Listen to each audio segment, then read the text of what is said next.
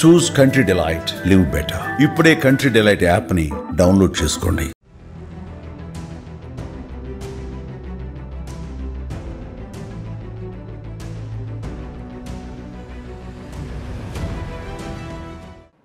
అందరికీ నమస్కారం. నేను Swaroopa Potlapalli. Welcome to Suman TV. Sahasra case ఎంత కలకలం రేపిందో, ఎంత ఆవేదనకు గురి చేసిందో మనమందరం చూస్తూనే ఉన్నాము. ఒక్క బ్యాట్ కోసం 15 ఏళ్ల అబ్బాయి 12 ఏళ్ల అమ్మాయిని పొట్టన పెట్టుకున్నాడు. ఇంకొక వైపు ప్రియుడితో కలిసి తల్లినే హతమార్చింది ఫోక్ సింగర్ అంజలి కూతురు. వీళ్ళకి ఇలాంటి బాల నేరస్తులకి ఎలాంటి శిక్షలు పడతాయి? జువైనల్ హోమ్స్లో ఎలాంటి పరిస్థితులు ఉంటాయి?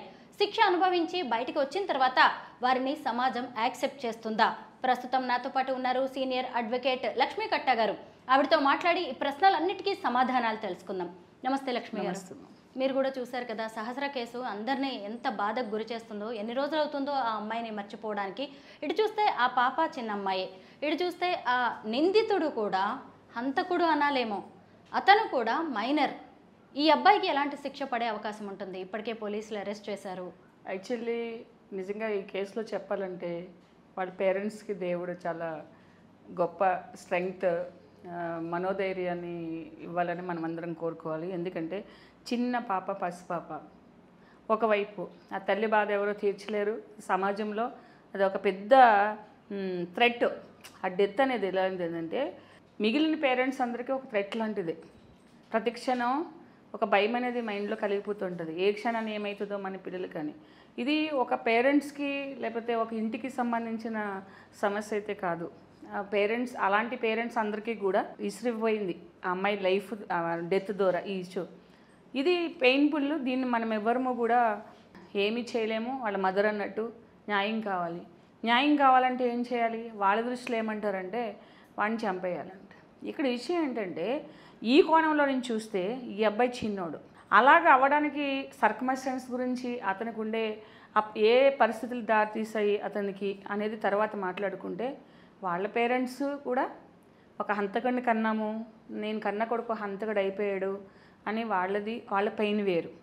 ఇంకొకటి ఏంటంటే ఈ పిల్లాడు డే బై డే ఏజ్ పెరిగి కొలిగి ఆ పిల్లోడు ఇంకా క్రూరుడు అవుతాడా, లేకపోతే అక్కడి నుంచి ఈ జర్నీ ద్వారా, అంటే ఈ జైళ్ళు, ఈ బెయిళ్ళు, ఈ శిక్షల ద్వారా అతను ఏమైనా రియలైజ్ అవుతాడా, లైఫ్లో బయటకు వచ్చినప్పుడు ఎలా ఉంటాడు అనేది ఇప్పుడు అందరము మనము సైకలాజికల్గా, సామాజికంగా ఒక హ్యూమన్ బీయింగ్గా ఆలోచించుకోవాల్సిన క్వశ్చన్.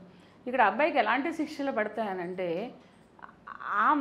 ఇప్పుడు ఆ స్టేటస్ ఆఫ్ మైండ్ ఉన్న అబ్బాయికి శిక్ష అంటే తెలీదు, డెత్ పెయిన్ తెలీదు, జైలు అంటే తెలీదు.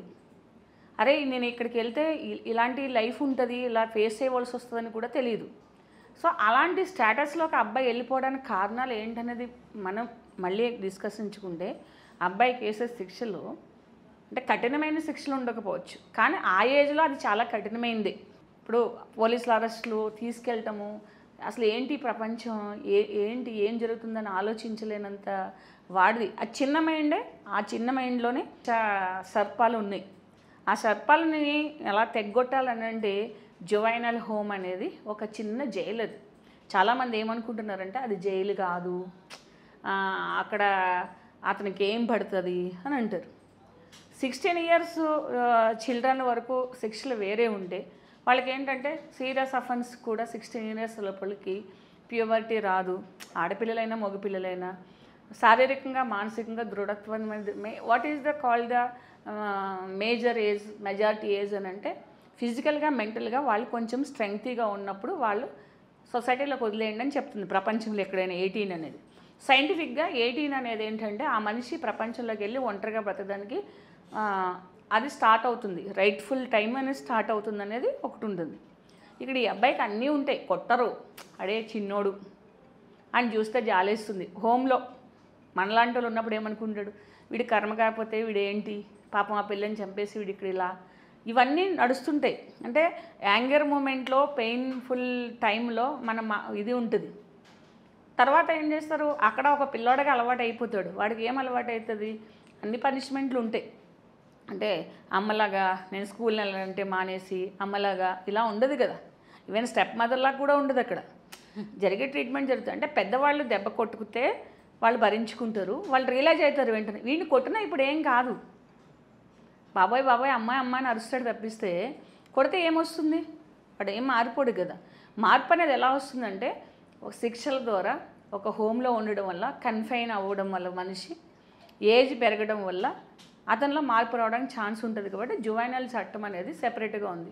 అందులో 16 ఇయర్స్కి ఉన్న లోపు అయితే చట్టం ఏంటంటే 16 to 18 మళ్ళీ అదొక బ్లాక్.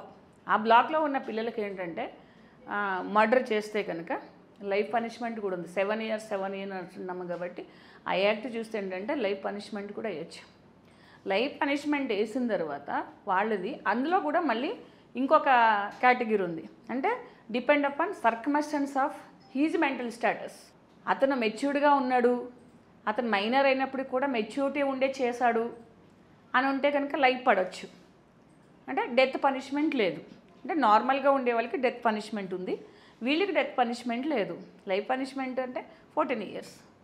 ఇప్పుడు ఈ అబ్బాయికి కనుక శిక్ష పడి ఆ శిక్ష అనుభవించి అంటే మీరు అన్నట్టుగా 14 years బయటకు వచ్చిన తర్వాత సొసైటీ వీళ్ళని ఇంకా హంతకులుగా క్రిమినల్స్గానే చూస్తూ ఉంటుంది కదా.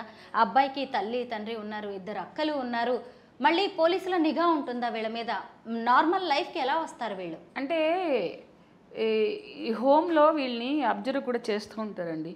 బేసిక్గా వీళ్ళకి తెలియక ఒక భయంతో అంటే నేరం ఏ విధంగా చేశాడు అనేది ఒకటి ఉంటుంది. వీళ్ళకి సైకాలజిస్ట్ దగ్గర కూడా పిలుస్తారు హోమ్స్కి.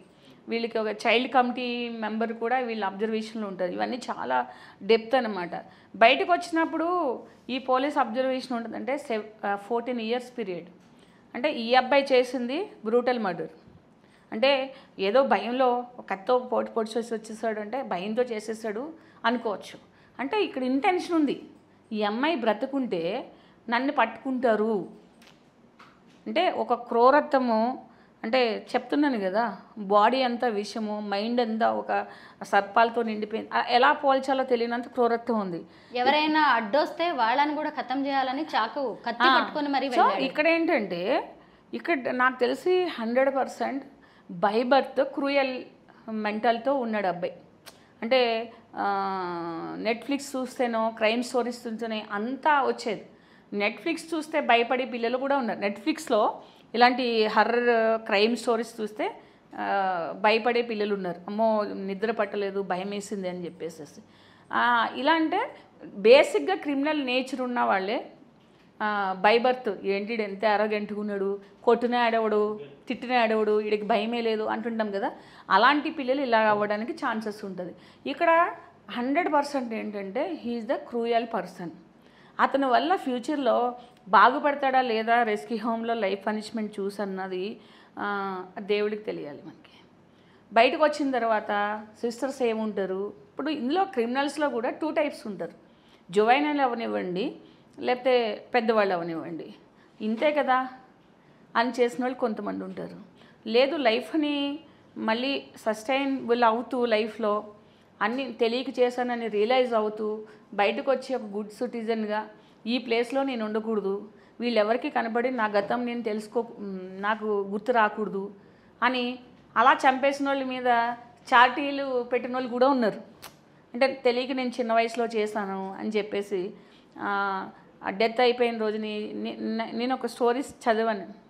రిఫండ్ అయ్యి రిగ్రెట్స్ ఫీల్ అయ్యి వాళ్ళు గతాన్ని మర్చిపోయి చాలా గొప్ప వాళ్ళు అయిన వాళ్ళు కూడా కొంచెం ఉన్నారు.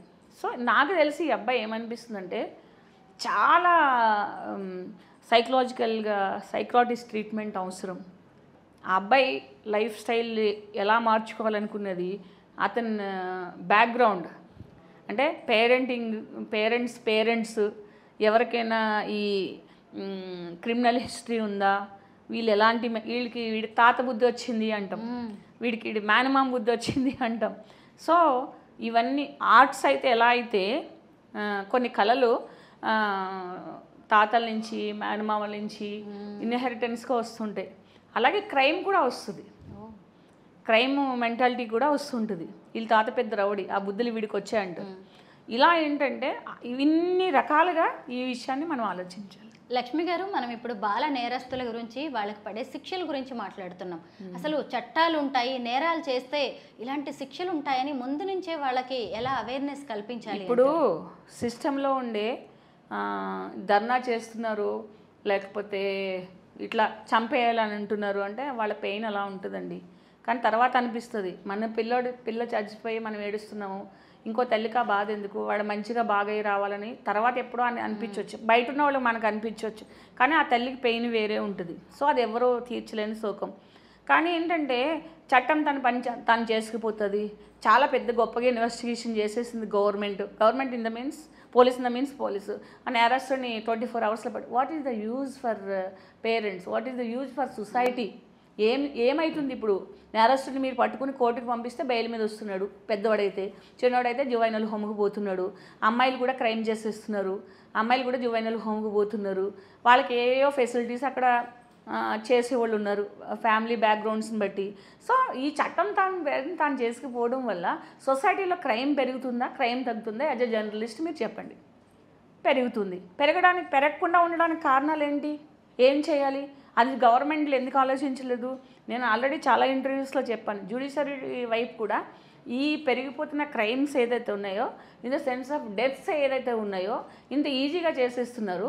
దీనికి ఏదో సెపరేట్ సెల్స్ కానీ, సెపరేట్ కౌన్సిలింగ్ సెంటర్స్ కానీ, రెస్క్యూ హోమ్స్ లాంటివి కానీ, ఆడపిల్లలకి ఇలాంటి ఏమైనా సీ టీమ్స్ అంటున్నారు. మనం వెళ్ళి కంప్లైంట్ ఇస్తారు. రెస్క్యూ హోమ్స్ అంటే ఇప్పుడు నా హస్బెండ్ నుంచి నాకు భయం ఉంది, చంపేస్తాడంటే చంపేస్తాను అన్నాడు, చంపేస్తాడా, వెళ్ళి నీ భర్తతో ఉండమ్మా అని చెప్తున్నారు. నిజంగానే చంపేస్తున్నాడు కదా. దాని డెప్త్గా ఎందుకు వీళ్ళు వెళ్ళట్లేదు? కౌన్సిలింగ్లు వాళ్ళు కానీ, పోలీసులు కానీ గవర్నమెంట్ ఎందుకు ఇంకా దీనికి సెపరేట్గా పెట్టట్లేదు? ఫర్ ఎగ్జాంపుల్ ఈ సహస్ర కేసు లాంటి కేసు ఉంటే అలాంటి అబ్బాయిలు స్కూల్లో టీచర్ భయపడుతున్నారు వాడి గురించి, ఫ్రెండ్స్ భయపడుతున్నారు వాడి గురించి, ఎక్కడో సెల్ ఫోన్ కొట్టేశాడు, ఏదో చేశాడు. అలాంటి పిల్లల్ని స్కూల్లో ఎందుకు ఉంచుతున్నారు మీరు? అదే పిల్లోడి మీద కొంచెం కాన్సన్ట్రేట్ చేసి ఇది వైల్డ్గా బిహేవ్ చేస్తున్నాడు అని చెప్తే వాళ్ళ పేరెంట్స్కి పిలిపించి మీరు డాక్టర్ దగ్గర తీసుకెళ్ళాలి, చైల్డ్ సైకాలజిస్టులు ఉంటారు, ఇతను ఇలా పెద్ద ఎదిగిపోతే కనుక చాలా ప్రాబ్లమ్స్ చేస్తాడు అనేసి ఇన్స్టిట్యూషన్స్ ఎందుకుని వీళ్ళ మీద స్పెషల్ ఫోకస్ చేయట్లేదు? ఇన్స్టిట్యూషన్స్ అంటే ఏంటి? Educational institutions. ఎడ్యుకేషన్ మీన్స్ మీరు మార్క్స్ ఇచ్చేసి, సీట్లు ఇచ్చేసి, ఫీజులు కట్టించుకోవడం కాదు. నైతిక విలువలు అనేది కోల్పోవడం వల్లనే, సిస్టంలో లోపాల వల్ల ఇలాంటి నేరస్తులు పుట్టుకొస్తున్నారు. ఎందుకని ప్రతి స్కూల్లోనూ ఒక ఫిజికల్ ట్రైనరు, ఒక సైకలాజికల్గా పిల్లల్ని కౌన్సిలింగ్ చేయడానికి ఒక క్లాస్ పెట్టట్లేదు? ఇప్పుడు ఫోన్స్ వల్ల, సోషల్ మీడియా వల్ల, ఫోర్న్ వీడియోస్ వల్ల రేప్స్ జరుగుతున్నాయి. క్రైమ్స్ నెట్ఫ్లిక్స్లో మూవీస్ కానీ అలాంటివి బ్యాన్ చేయడం మన వల్ల కాదు. అవి చూస్తుంటే ఇలాంటి ప్రాబ్లమ్స్ మీకు వస్తాయి అని చెప్పేసేసి ఎక్స్ప్లెయిన్ చేయడానికి ఒక ఎక్స్పీరియన్స్ ఉన్న ఒక కౌన్సిలర్ని ఎందుకు పెట్టట్లేదు మీరు? క్లాస్లో 60 మంది పిల్లలు, 50 మంది పిల్లలు ఉంటే అందులో ఆ పిల్లలు ఎవరు ఎలాంటి వాళ్ళు అనేది ఎందుకు ఐడెంటిఫై చేయలేకపోతున్నారు? ఎందుకు పేరెంట్స్ ఇన్ఫర్మేషన్ ఇవ్వట్లేదు? ఇఫ్ ఎనీ కేస్ పేరెంట్స్ పట్టించుకోకపోతే మీరు పోలీసులతోనే లేకపోతే చైల్డ్ అండ్ విమెన్ వెల్ఫేర్ ఉంటుంది, చైల్డ్ వెల్ఫేర్ కమిటీస్ ఉంటాయి, అలాంటి సిస్టమ్ని ఎందుకు పెట్టట్లేదు? చూశారు కదా, తప్పులు చేస్తే చట్టం, న్యాయస్థానాలు ఎట్టి పరిస్థితుల్లోనూ వదిలిపెట్టవు. జువైనల్ హోమ్స్కి వెళ్ళి ఆ శిక్షలు అనుభవించడం కంటే ముందుగానే మన జీవితాలను సరిదిద్దుకొని సరైన మార్గంలో వెళ్ళడమే మంచిది. Thank you so much Lakshmi గారు.